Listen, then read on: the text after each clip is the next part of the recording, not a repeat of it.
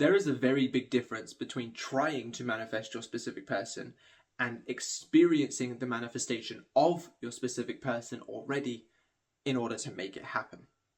Now, the reason why I make that distinction and the reason why I've titled this video that you need to stop trying to manifest your specific person is because when you're trying to manifest something or someone, you are in an unspoken contract which goes against yourself. Now, what I mean by that is when trying to manifest something, you are in the unspoken contract of, if I do this, I will get this. However, the beginning of that unspoken contract is, I am aware that I do not have this, so if I do this, I will then get this. And logically, that makes sense. If you do something, you'll get something. However, your subconscious mind only goes off of the state that you embody more dominantly. So, in that unspoken contract, when trying to manifest something, your state of embodiment is, I am aware that I don't have this, so if I do this, I'll get this. And your subconscious mind is going off of that initial state of being because it doesn't work through logic. While consciously the process makes sense, subconsciously all it's taking in is your state of being, which is being aware that you do not have it.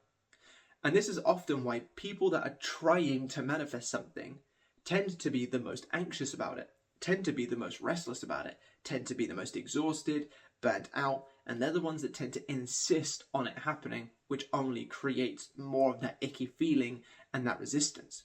It's because they're trying to fight against the way that their subconscious mind works in order to make it do what it wants.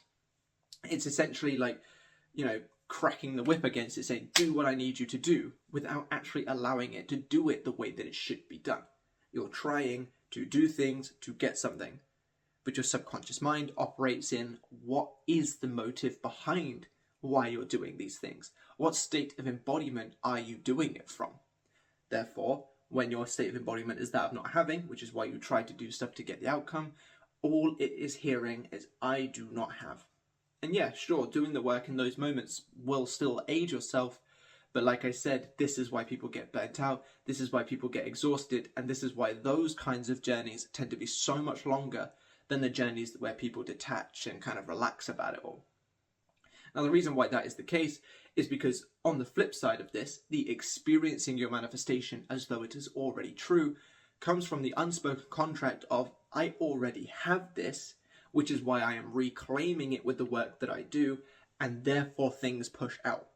You are working with the way that your subconscious mind does, which is, what is your state right now? What's your dominant state right now?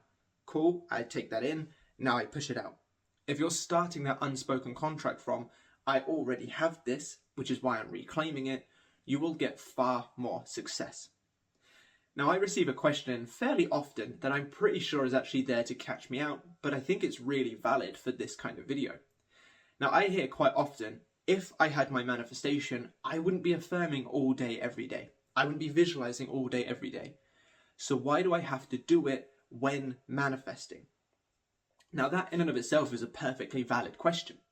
And the reason why, the answer that I have for that is, yes, in your end result, you probably wouldn't be sitting there affirming all day, every day that you have your specific person.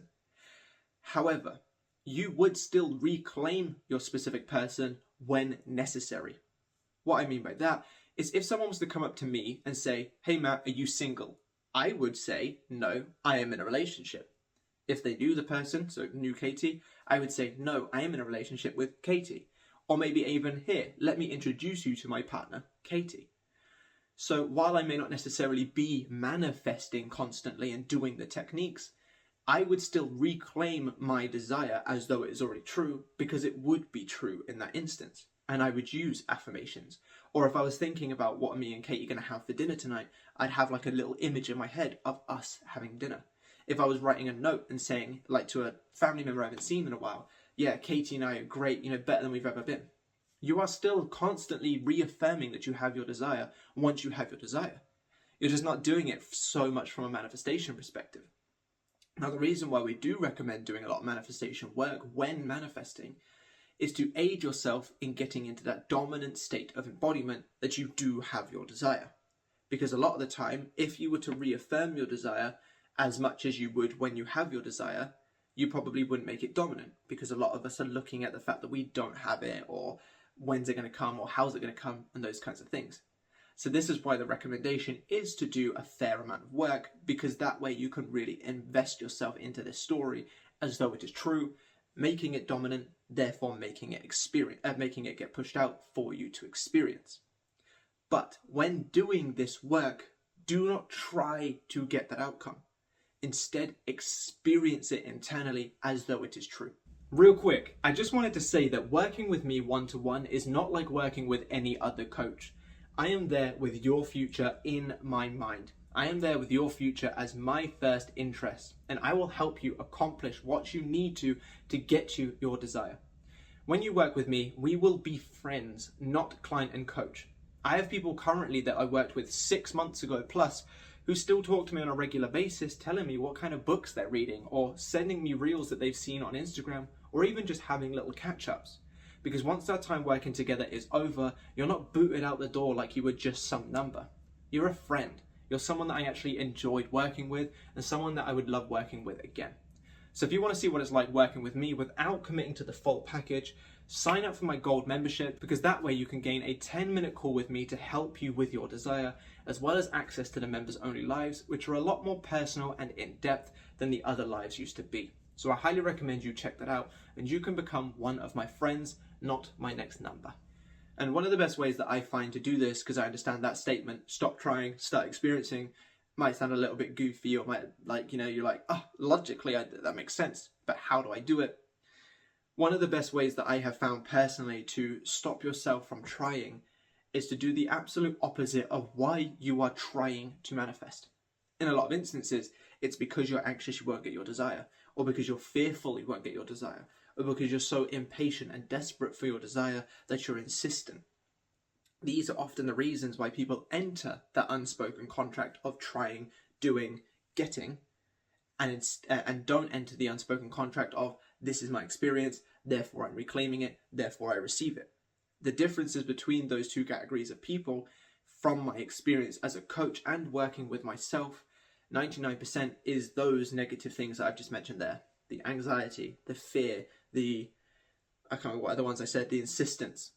So, if you want to step into a state of experiencing and therefore receiving, and have a lot more of an enjoyable journey than trying to get and then sometimes maybe experiencing, I recommend you relax.